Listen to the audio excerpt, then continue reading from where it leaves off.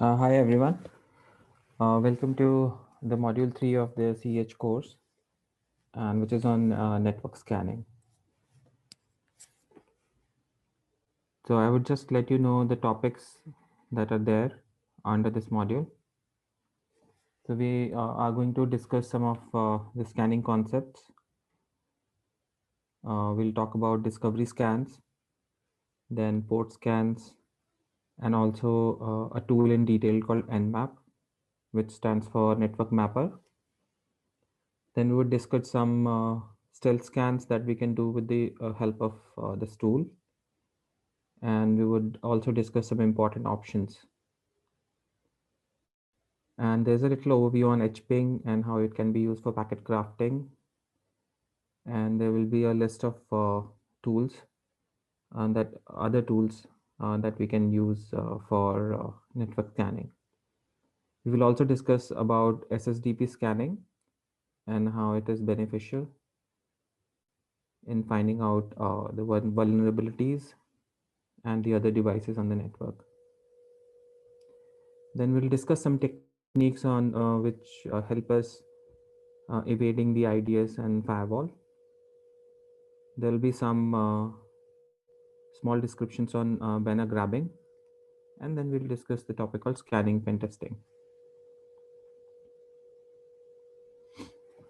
So, what actually are the objectives of scanning? Because we have already covered like all OSN techniques, which helps us in discovering about targets. We actually discussed about finding subdomains and various IPs and all that. We discussed about finding persons, then various probably codes that we can have a look at. So that was actually done to find out or focus on a list of targets that we would like to further work upon. So scanning actually takes care of that. It helps in discovering live hosts. It helps in discovering operating system and the system architecture. Then various services and those services that listen on what kind of ports. And if these particular services have any specific versions, and so that we can actually map them to the vulnerabilities or the exploits that are there, which can be used against these.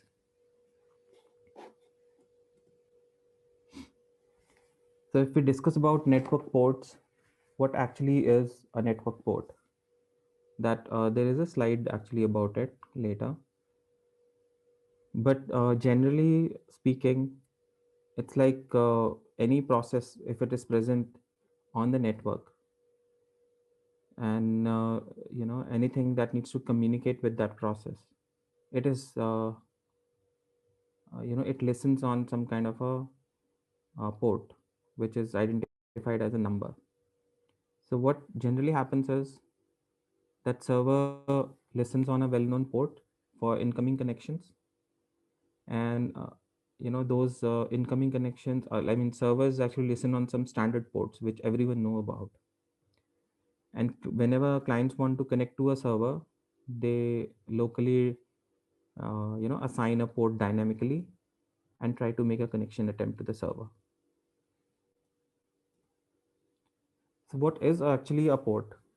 It's actually it doesn't have any technical meaning other than that it is just a number to which a particular process is listening in an operating system. So in an operating system, there are around 2 to the power 16 ports. So starting from 0 to 65,535.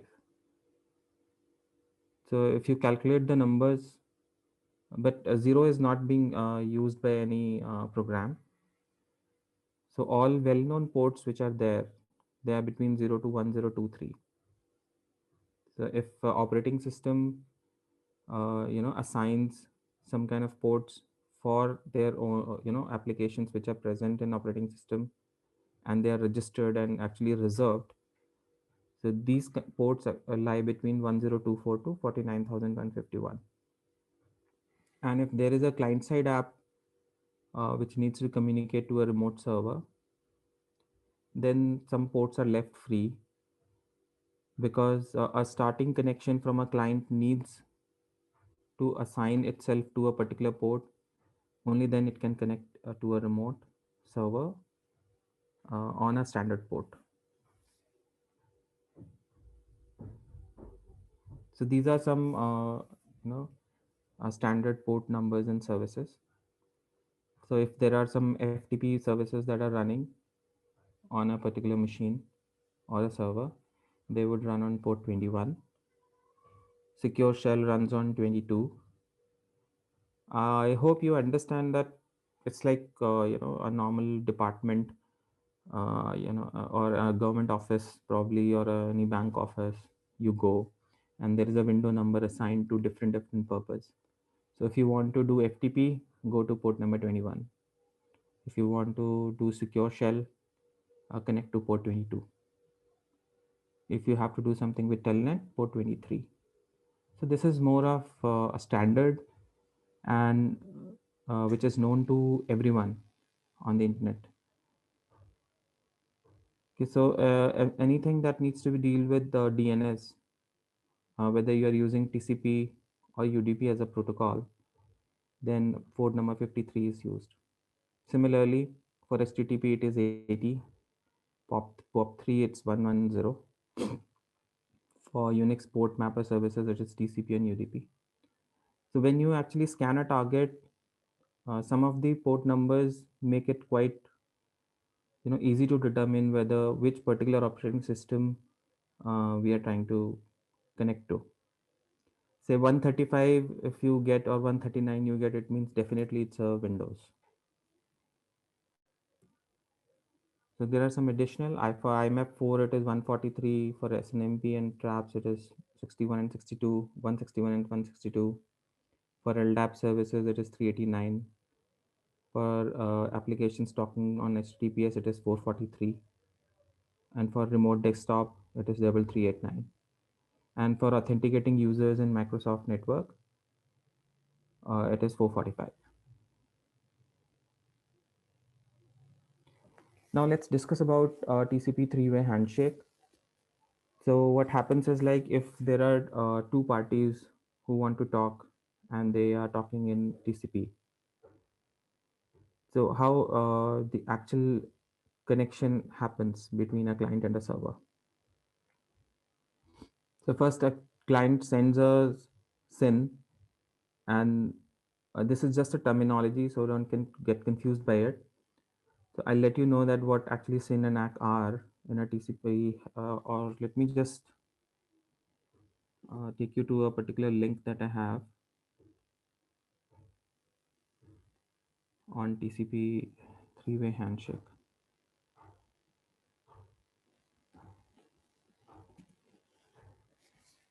So as you can see that we have two parties. Let's say one is called a client and one is server.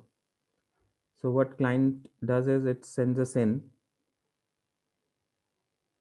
then the server responds with SYN and ACK.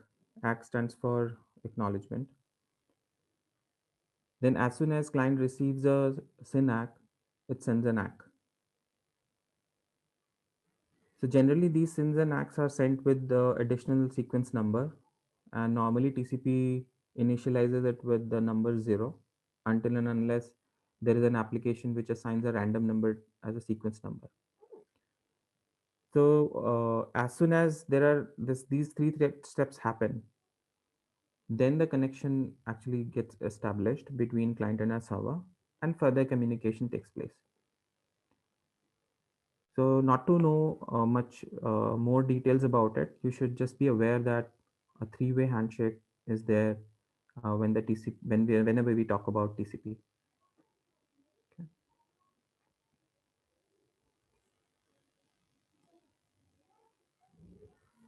So then you should know that what a TCP header is and what are the different flags. So the terms that I was using about SYN ACK and SYN plus ACK, they were actually the flags inside the TCP header. So let me show you a picture of a TCP header, how it looks.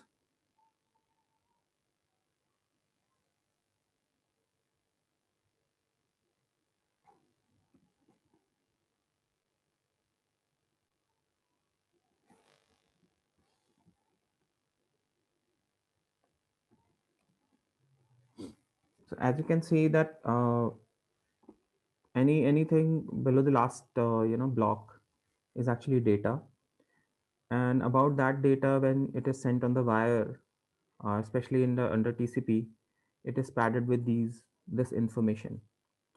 So what is there, as an information and how it can be read? This is just a diagrammatic representation of that. So you have a source port, you have a destination port, then there is a sequence number, then there's an acknowledgement number, and you can see that there are various flags like CWR flag, EC flag, urge flag, ACK flag, push flag, and then on the right hand side you see there is a window. So this whole header is actually of 32 bits, and this diagram shows that how many bits are being used for what purpose.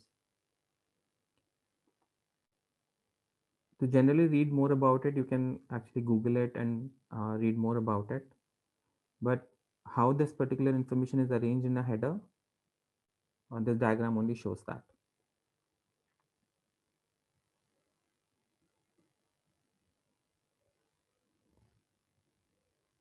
So for packet crafting, you can use a lot of tools such as Nmap, HPing3, NetScan tools, VANKiller, and WireEdit.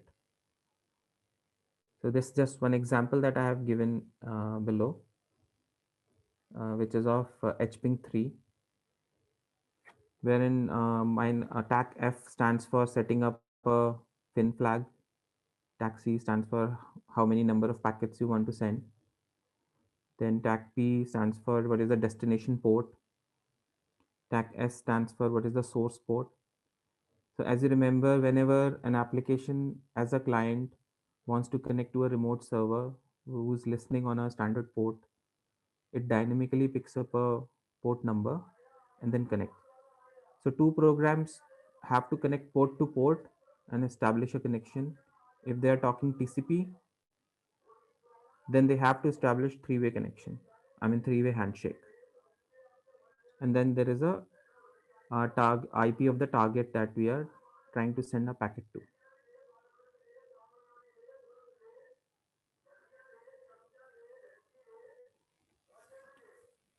So, as per as like normally, whenever we discuss about scanning the networks, we discuss about IPv4. Oh, wait, let me check. Did I skip any slide? No. Okay. So, as I showed you earlier, that it was a 32-bit packet that I showed you was it was related to actually version 4 of the IP. And as far as addresses of IPv6 are concerned, they are actually 128 bits. They occupy 128 bits. And normally, the traditional scanning techniques that we use are not feasible for such a large address space. And some scanning tools do not support scanning these kind of networks. So we have to actually collect information about these addresses from the recorded logs or some headlines in the emails or probably from some forums and newsnet messages.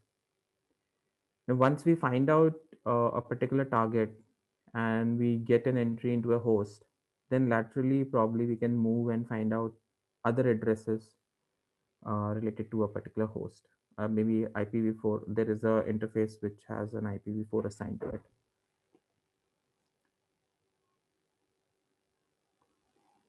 So various techniques are there for scanning and they are based on a protocol. So you can actually scan using TCP. You can establish a full connect scan, like if all three steps which were there, taken to establish a connection, then it is called a full scan. Or you can use stealth TCP scanning methods by doing a half open scan. Or you can initiate inverse TCP flags for scanning. Like there are scans such as Xmas scan, which actually sets all three flags at one time. It's actually very interesting. It says that it's quite urgent and push me into give me the priority and push me up the stack, and then it says okay, I'm done with it. So it is quite a weird a kind of a scan, which is also called Christmas scan because it lights up the whole package. Then you can do fin only set up a fin flag as I showed you in the TCP header. It's there.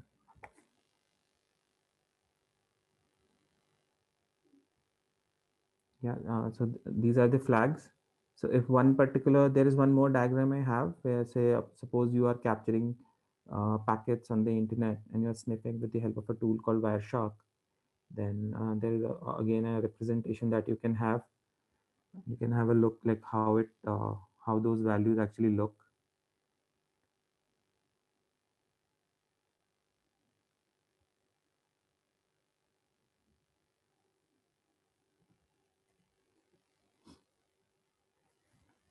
So this is a diagram, I mean, a screenshot of the capture from a Wireshark tool. You can see that how various flags are mentioned, and was actually initiated as a SYN scan, or a packet actually set a SYN flag, and if you set multiple flags, then those values will be stated as one. Okay, you can see that how source port and the destination port is being captured. So application dynamically spinned up a process at port 41417, and then it was trying to do 23. Means it was doing some, I hope you remember, 23 for telnet.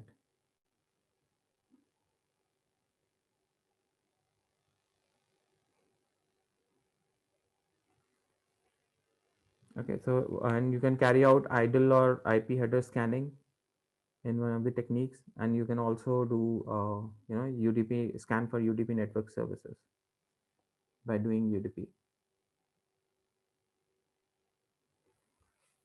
So what happens and what types of scans are there?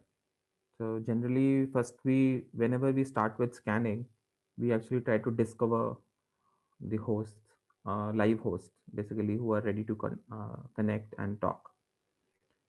Then once those hosts are discovered, then we do port scanning, and we try to listen or understand what kind of services and which versions are running on those ports. And then we try to map those services by doing vulnerability scans.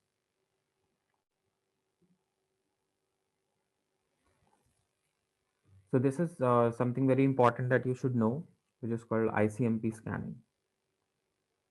So ICMP echo requests, whenever you want to do whenever you send a ping, it actually sends an ICMP echo request. Now this generally these days doesn't work because most of the people have actually blocked ICMP. And but still, if there are times when you want to discover some local devices, and if there is something which you want to determine whether a particular packet will go through a firewall or not, then you can use ICMP scanning, and Nmap can help you in doing that kind of a ping scan. It is also called ping sweep.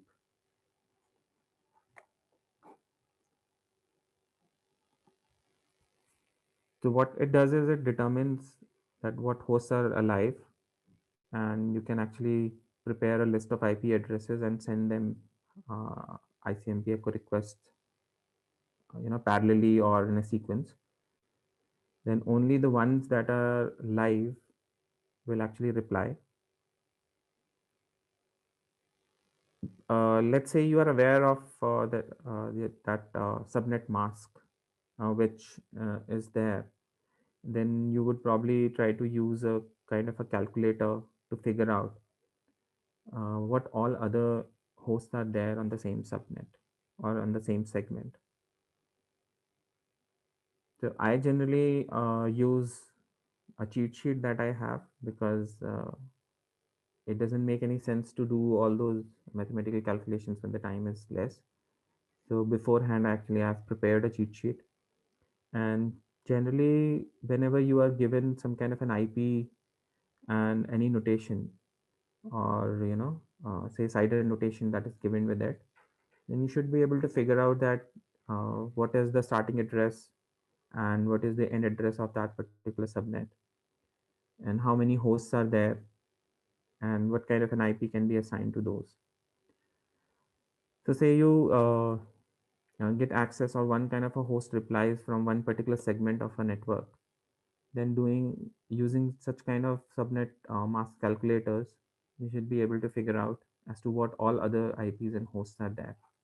Or you can actually use nmap requests and various other options which are there for it to automatically do some kind of a sweep to figure out which particular systems are live on the subnet.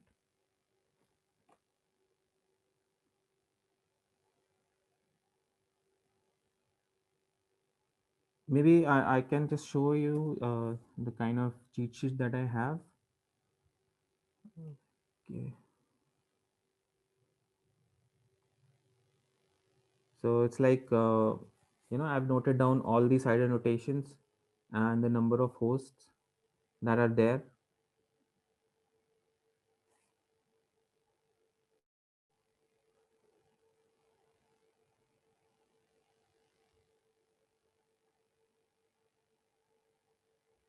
You say up to 32, I have written all.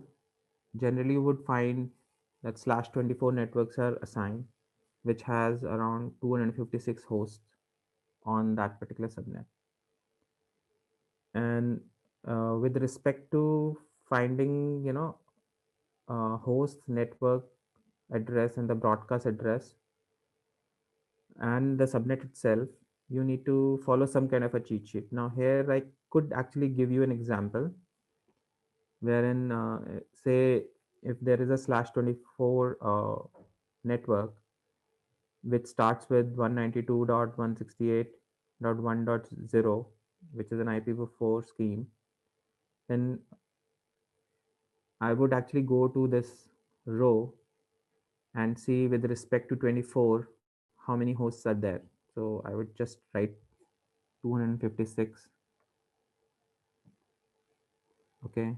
And but because in a network the first address is always taken as a network ID, and the last address is always taken as a broadcast address, so I will subtract 2 from this, and I would say that on this particular network 254 hosts are there.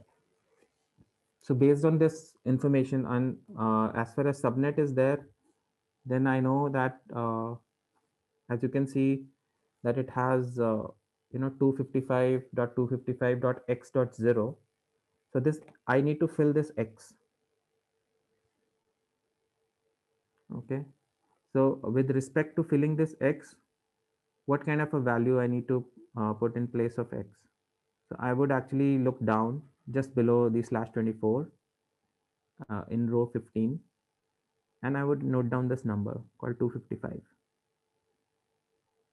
Then I would write it as 255 dot 255 dot 255 dot 0. And because the first address is actually called the network ID, then I would write this as 192.168.1.0, and the last address I would write it as 192.168.1.255.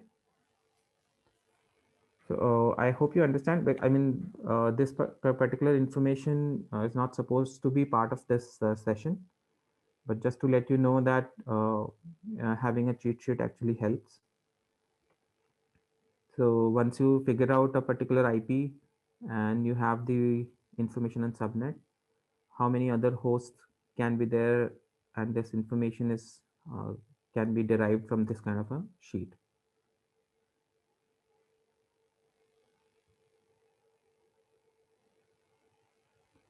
So there are some ping sweep tools also, which can be used, and you don't have to manually do these kind of calculations, and they are more sophisticated in figuring out the value of a mask from an IP address and other information, and they can beautifully lay out all the details for you.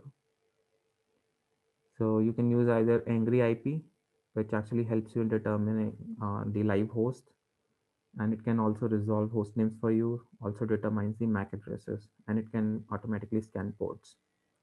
And you can use more sophisticated tools from SolarWinds,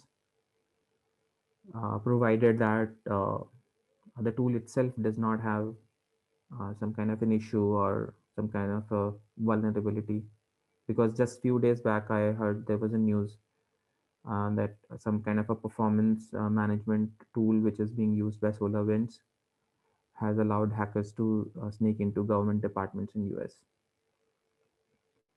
So just have, if you get hold of such kind of a tool, or if you want to have an opportunity to work with, try to pen test it first and determine whether it has been properly configured or not.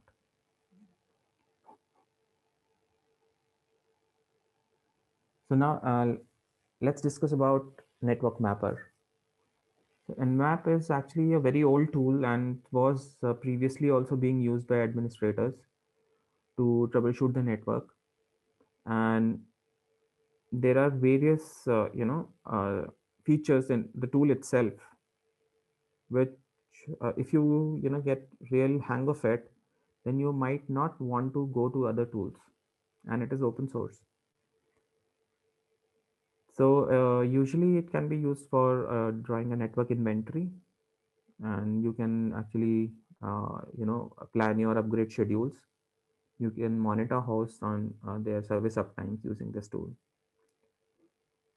So as far as with the respect, uh, you know, with respect to the attackers, Nmap is used to extract information as live host services, then type of packet filters and firewalls that are there, operating systems, and their versions.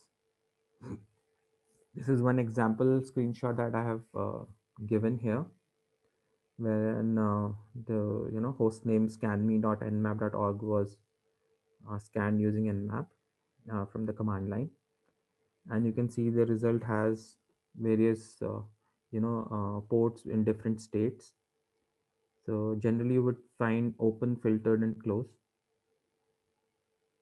So, and the service name is also listed against these ports. So as you can see that it has Microsoft -ds. So probably this is a Windows machine, until and unless they have actually planted a honeypot which actually responds to these kind of requests. So whenever you want to use Nmap, you follow this format.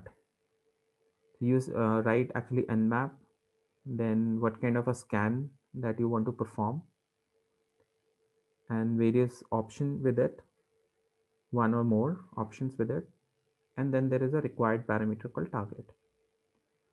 So the values that you see in square brackets are the optional values, and the one you see within greater than and less than symbol, that is the required parameter for the command.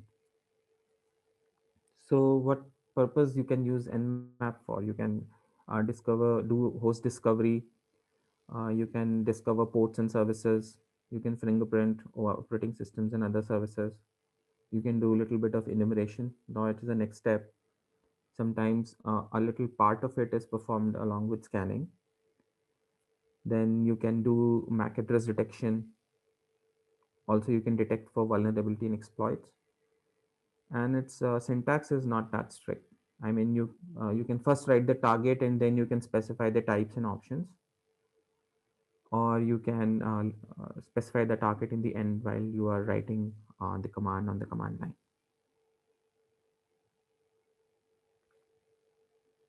So say if you want to basically scan a specific IP address, then you need to just mention the address of the or the all you know numbers which actually identify a particular machine in the IP. And then if you have a host name only and you don't have the IP, then you can specify that also. And you can specify using the CIDR notation or regular expression, or using the host name and the CIDR notation together, you can scan the entire subnet. Okay, and you can actually use tags, and starting and ending IPs can be assigned. And you can actually specify a range or a specific host along with it by separating it with the comma.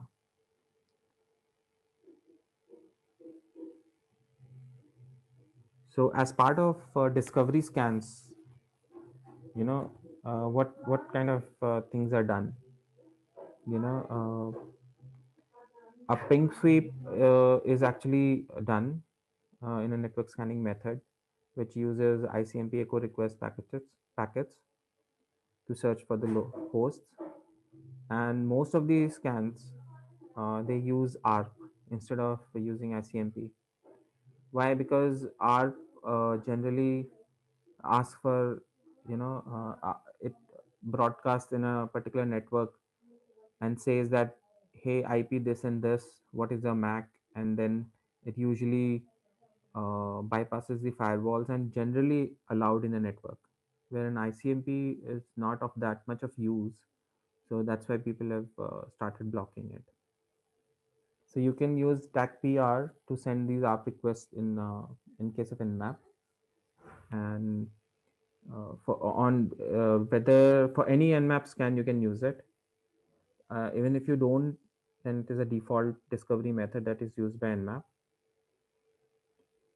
Or you can use TAC-SN, so which is actually which is the combination with ICMP echo request TCP SYN to port 443, TCP ACK to port 80, and also the timestamp request. So with the tag SN, there will be no port scan. It will just going to see whether a particular host is alive or not. So various Nmap scan types that are there. If you while actually scanning a target, if you want to enable debugging and you want to all view all the steps that are performed by Nmap, then you can specify tag D. Or you want to do only a SYNAC, you can use a tag small s and capital S, and you can specify the target. If the port is open, it will be responded with SYNAC.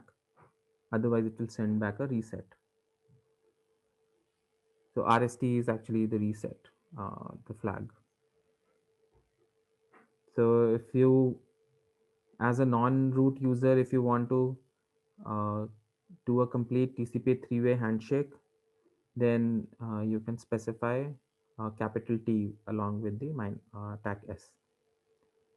If you want to probe a particular host for various service versions and open ports, then you can specify capital V. So it would actually list down all the services along with others on along with the port information on which they are running. And if for a UDP scan, you have to mention capital U. So with respect to UDP, you should know that a client would never come to know whether a particular packet reached a server or not. So it's just based on trust that uh, it has to be only. I remember only ICMP not reachable error sometimes, which comes back from a server, and which is a type code 3. So you would come to know that probably that particular port was closed. Otherwise, in case of a UDP, it's a little difficult. So if you just want to list the target, then you can use capital S, capital L along with small s. And if you want, to find out that if the host or a network is protected by a firewall, you can just use capital A with small s. So if you want to determine if these have any accessible ports and actually they are open or not, then you can use tag capital A along with the small s and a. So some of these stealth scans, because again, I've given the example with tag s and capital S. So it will just send us TCP SYN. It won't complete do a full handshake. So as soon as the server would respond SYN ACK, it would actually send a reset, and it will close it, saying that, oh, something like, okay, I want to talk to you. Then as soon as the server responds, it says, okay, I was just joking. So it is also sometimes called half scan. Then with capital A, if you want to send, then it is going to send TCP ACK before. I mean, just to map out the firewall rule sets. Generally, it happens that you get a SYN and then you send an ACK. But directly, if you send an ACK, then firewall may not respond properly, and it will help you in determining which ports are filtered, and would also check that the firewall is stateful or not. Then there is called null scan, okay, which is like with capital N. It is not the proper way of actually setting up flags in a packet and sending it, but still sometimes it is used, okay, because it helps in sneaking into a non-stateful firewall. So if you explicitly want to do a TCP fin, then you use capital F with small s. And for doing a Christmas scan, you specify capital X. For skipping the discovery and assuming that all hosts are online, you are just assuming, okay, and you want to scan all the hosts for all the ports, all 65,535 ports. Then you specify tag p tag, the small p tag, and then to assume that all the hosts are online, you say tag capital P and small n. So if the firewall is up, and they offer only usually unusual ports, then this particular stealth scan is useful. So say you have you know a machine in between, and you don't want to let the IDS detect that from which source a particular packet has come. Then you can actually specify that with a -SL option with zombies from which you want to relay a particular scan. And before you can mention that before mentioning the target with the tag SL option. So this similarly you can use -V and -B for doing FTP if the target is FTP target. Okay, but many vendors have actually blocked these kind of relays. So what it does is like it would first do an FTP to some kind of a zombie again, or an IP which is being used as a relay, and then that particular request would go to the actual target. So for controlling the speed of the scans, you can use -T option. So wherein 0 stands for slowest and the T5 actually stands for fastest. So generally it is recommended to leave it as default, which is T3. But in few cases, if you want to control the speed, it is recommended to use T4, which is also a fast scan. So try not to use T5 because generally it is picked up by IDSs because it is too fast and it's called insane actually. Then if you to evade detection, if you want packets to be fragmented, in 8-byte fragments so that it is difficult for IDSs to understand the signatures of the packet, then you can use -F option. And if there are multiple uh, decoys that you have deployed between yourself and the target, then you can use them as a list as I have specified with -D option with Nmap. So what it does is it helps you in creating some bogus packets, and these packets actually go and blend in with the other packets, and it appears that the actual traffic is coming from these decoys rather than your source machine. Some additional stealth scans. I think I have mentioned already. Yeah. So if while doing a scan, if you want to specify that from which network interface you want the request to go, then you can specify that with -E and name of the interface. As you know that a machine can be connected to multiple interfaces at the same time.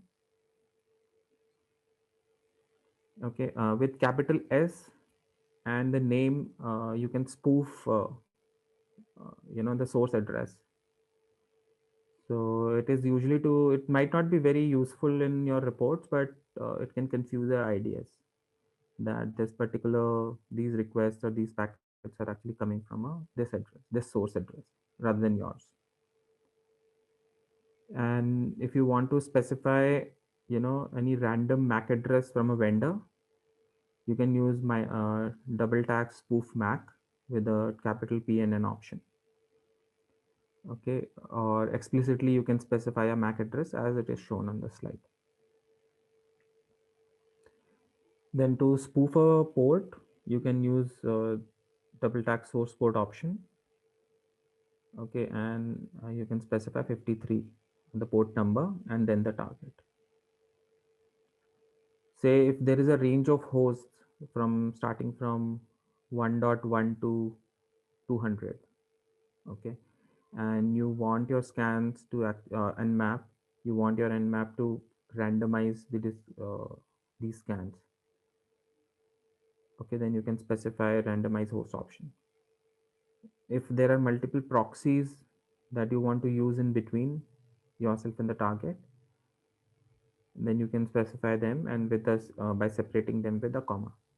So it will help you in relaying the TCP connection through a chain of these proxies, and generally it is useful on internet.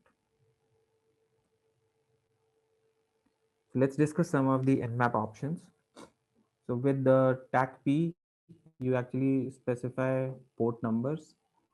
You can specify multiple ports by separating them with comma. And whenever you want to mention a range, it is best to specify them with a dash. And notice that there is no space while mentioning this range. So if you want nmap to perform separately UDP and TCP, requests on ports, then they can be specified or separated with, in this manner. And if you want to nmap to search or look for all the ports which are there, then rather than specifying other explicit options, you can specify tag small p tag. Generally, the scans are conducted randomly. Okay, but if you want Nmap to perform those scans consecutively, starting from 1.1, 1.2, 1.3, to all 256 hosts that are there in a particular subnet, because here I've stated as /24, or rather 254 hosts, and you want Nmap to actually go in a sequential manner, then you can specify tag small r. If you want to specify or top 200 ports or whatever number you want, then you can specify this option, top ports.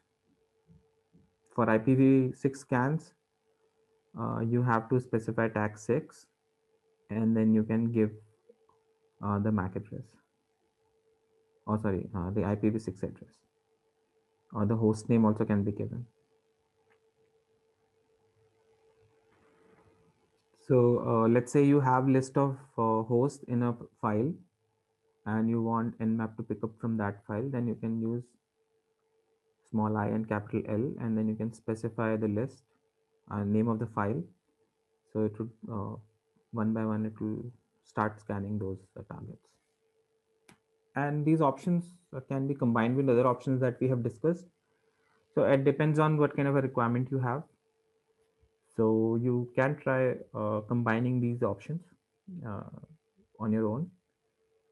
So if there is a particular IP in a range that you want to exclude, then it can be excluded with this option, double tag exclude. If you don't want Nmap to resolve DNS names for you, because generally it takes a little bit of time, then you can specify tag N. And if you want it to mandatorily resolve a DNS name for you, then you can specify tag capital R. If you want Nmap to do pick fewer ports, I don't know which default ones it generally would pick, but then by default it scans for 1,000 top ports, but you can reduce the number, or you can do fewer port scans by tag F. And if you want to enable OS detection, which is usually not accurate, not very accurate, so you can specify tag capital O.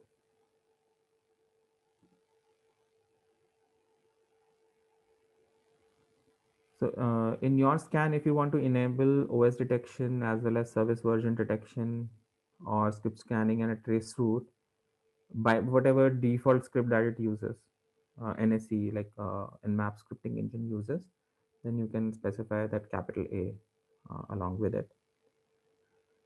Let's say if you want to aggressively ask Nmap to probe for the level of version, the level of intensity with which it should actually seek the version of services which are running on a target, then you can specify version intensity option with a number which lies between 0 to 9, wherein 0 stands for light and 9 attempts all kind of probes. If you have some kind of scripts you want to make use of, then those scripts can be used with the help of double tag script and the name of the script. If you, in the scan, if all default scripts you want to use, then they can be used with the capital C option along with the small s. And if you want Nmap to be very very verbose while doing this scan, it will log all detailed messages, then you can use double V option. And to save your outputs, if you want to save your output in a normal format or an XML format or script kiddie format, and there's one more grippable format, then you can specify those options. Like you can specify N for normal, X for XML, S for script kiddie, and G for grippable. And if you want your results to be stored in all of the formats, then you can say capital A with small o.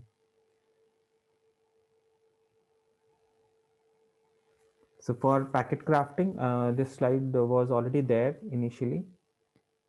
So if you want to send a fin packet, a packet with fin flag set and one packet to a destination port of 79 from the source port 5150 to a particular target, you can also use hping.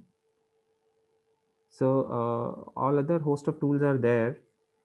So you need to actually check yourself that which tools you are comfortable with, and it takes a little bit of time for you to get acquainted with it. So some of the hping commands that are available are ICMP ping, you can do an ACK scan, you can do an UDP, You can actually initiate a give a specific initial sequence number also. So you can do firewalls and timestamp commands. You can do a syn scan, and this is just an example on port 80, but you can specify other ports also. Or you can do a Christmas scan again using hping.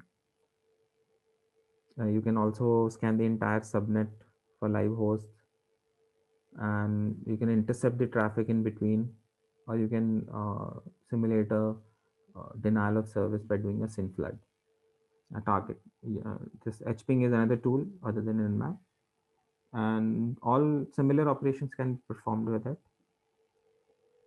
So there are some additional tools that are there other than nmap and hping that you can make note of.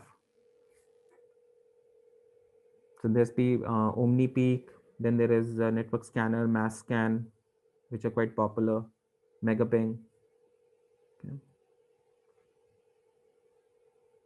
So for mobile devices, these are some of the tools like IP Scanner, Fing, Hackcode, Csploit. So these tools might have changed their names or recently. You can have a look at it.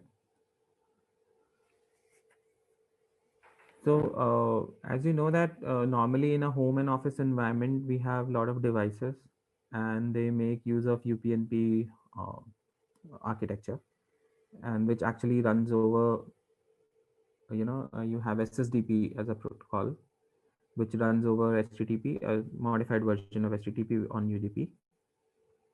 Then you have SOAP and Jena, okay, which runs on HTTP and which is on top of TCP.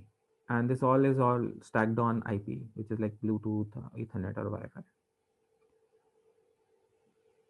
So what is SOAP? It's something like a, some kind of a common standard, which is used to exchange information in a structured way. So generally, you would see that they are used. These SOAP protocol is used to implement web services and computer networks. It has allowed things to be more extensible, neutral, and independent. And it is a message format which is written in XML. Okay, and more it relies on the application layer protocol, most often the HTTP and not SMTP. SMTP is the mail protocol, mail transfer protocol.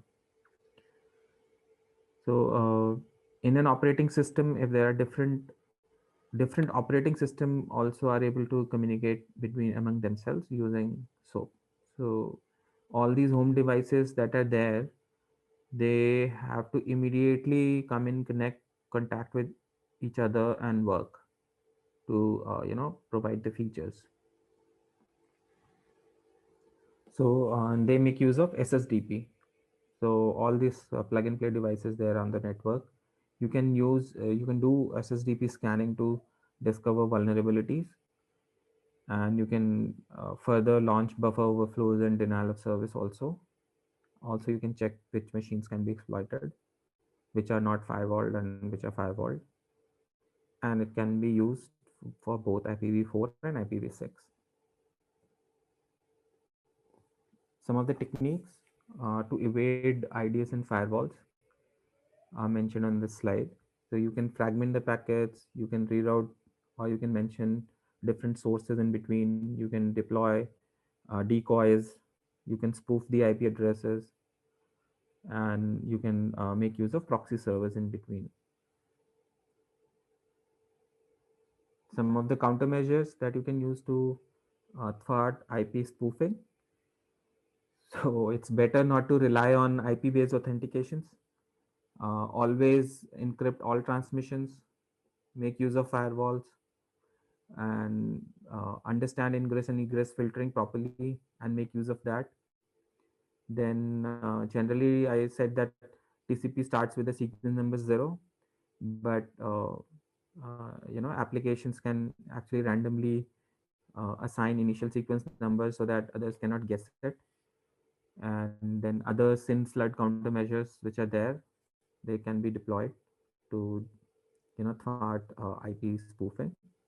or you can use various load balancing methods to distribute if in case of denial of services. So what actually are proxy servers like? It's like if there is a source, a client, and there is a destination, and there is some kind of a problem in between, and there is a requirement of an intermediary, then these proxy servers come in picture.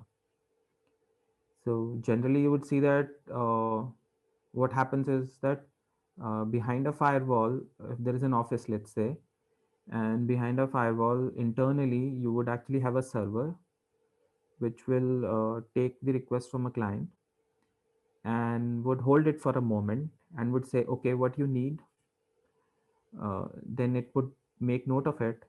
It will go on the internet, fetch that content for you, and cache it for a little bit of time, and then serve it to you.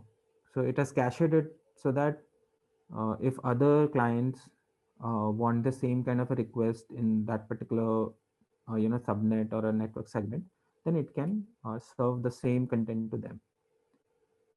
So this is a normal use of a proxy. Say so that internet traffic which goes in and out of a particular environment can have some kind of a control. So, but attackers actually use it completely for different purposes. They use it to avoid discovery and achieve the objectives of hacking, or they use it for impersonation. As I already showed you various scan types and options using Nmap, which is possible. You can yeah, they actually want to remotely access a website from a protected internet, then proxies can be used. Multiple proxies can be chained together to avoid detection, and even sometimes to reroute users to different destinations, proxies can be used. And on the internet, proxies are available in thousands, actually. If you So what generally approaches you would have? So you have edge proxies, you have anonymizers, you have proxy chaining. So as you can see that there is a school PC which wants to connect to Facebook on the internet, but firewall actually is blocking it. So people make use of proxy servers so that it can fetch the content from the internet and serve it to the school PC.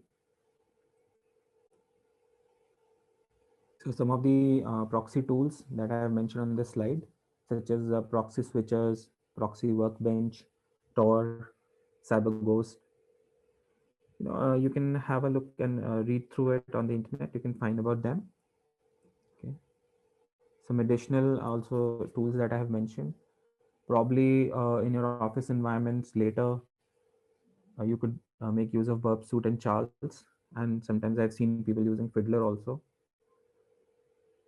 And for mobile devices, these are the ones that are listed: CyberGhost, ShadowSox, Server Ultimate. You know, some of the anonymizers. So if people want to use anonymizers to, evade detection or sometimes hide themselves, these anonymizers can help them. And sometimes to bypass censorship, you can make use of these. And there's like Tunnel Bear, Tails. Tunnel Bear is there on for phones also. Then there is Ultrasurf, Guardster. uh, So in case of proxy chaining, you actually have more than one proxy before a request can actually go to destination. Okay. Generally, it follows step-by-step process that client requests resources from the destination. Then the request is passed to a proxy server. Proxy strips the ID and passes that particular request to the next proxy server. And this process is repeated until the chain is complete. And at the end, a request goes in clear text to the actual server, the actual target. So how Tor works. So in this diagram, you can see that Alice wants to, let's say, connect to Bob, which is at the other end of the network. And what it would do is, what she would do is like, it would get the list of Tor nodes from a collection of servers in between. Say a system has helped her to uh, keep these nodes, say these nodes are alive, and it would probably go to, this, say one of the node is machine. So let's say a node is the starting node, and there's one node which is a finishing node or exit node.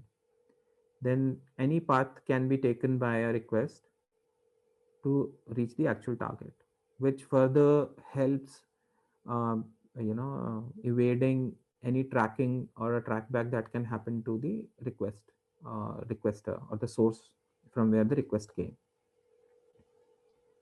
So let's say LS starts one particular session and stop in between, and then after some time she again connects, wants to connect and talk to Bob.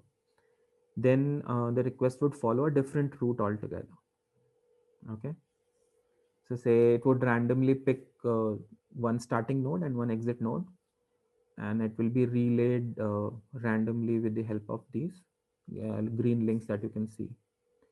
And but just remember that anytime the traffic is exiting from this collection of nodes, then it would be in an unencrypt, might be unencrypted if there is no encryption in between the exit node and the actual server.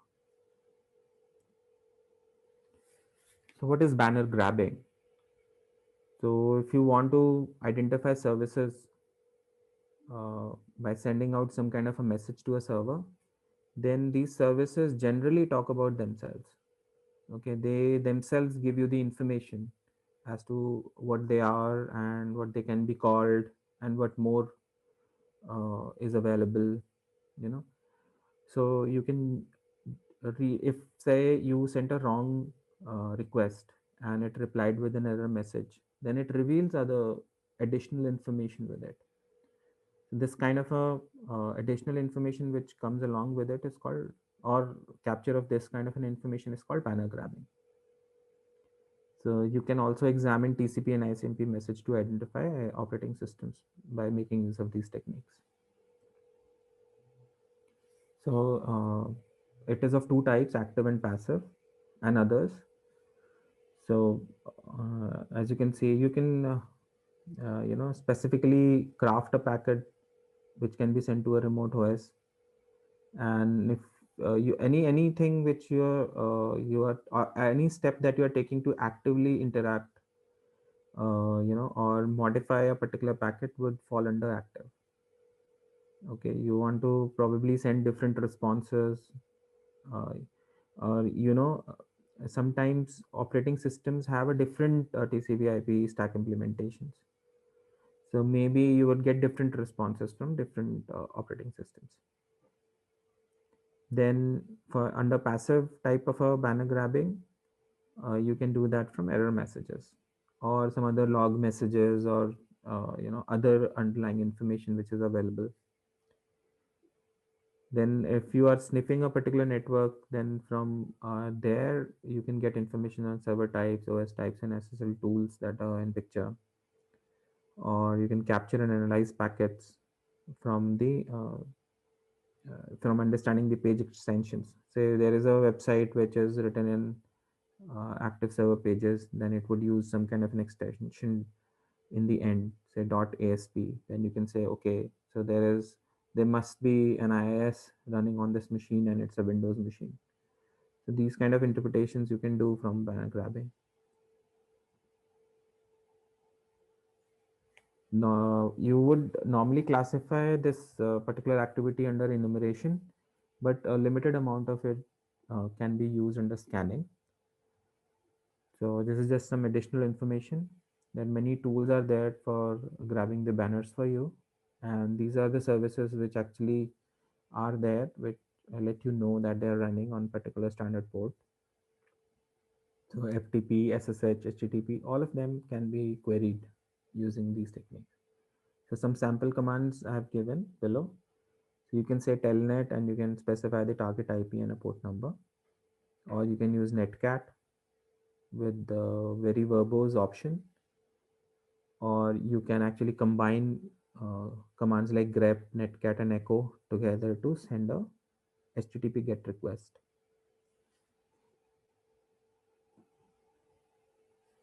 Some of the banner grabbing tools are also there, such as IDserve, Netcraft, Netcat. I've already mentioned Netcat. So there are two versions, like NC is another binary and Netcat itself is another binary. So with the Netcat, completely if you specify, you can do SSL, but with the NC you cannot. This is just a, the Netcat is more advanced version of NC. Banner grabbing, some countermeasures that you can apply. You can disable or change the banners, or you can place some dummy banners to hide the information. You can turn off some unnecessary services.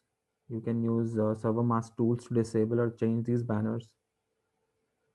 And just example of a configuration of Apache is given here. So similarly, if other applications have some configuration files which can reveal information while someone is doing a banner grabbing on your server, then you can modify those in the configurations. And then you can actually use tools like page exchanger in IIS to manage the to hide these extensions such as .asp and .htm. So for conducting a pen test scan, so as part of pen testing, you can do these scans because they help admin to identify that if there are some unnecessary ports and services and banners which are there, uh, some stringent measures can be taken against them. And also you can tune the firewall rules and troubleshoot various configuration errors by doing such scans.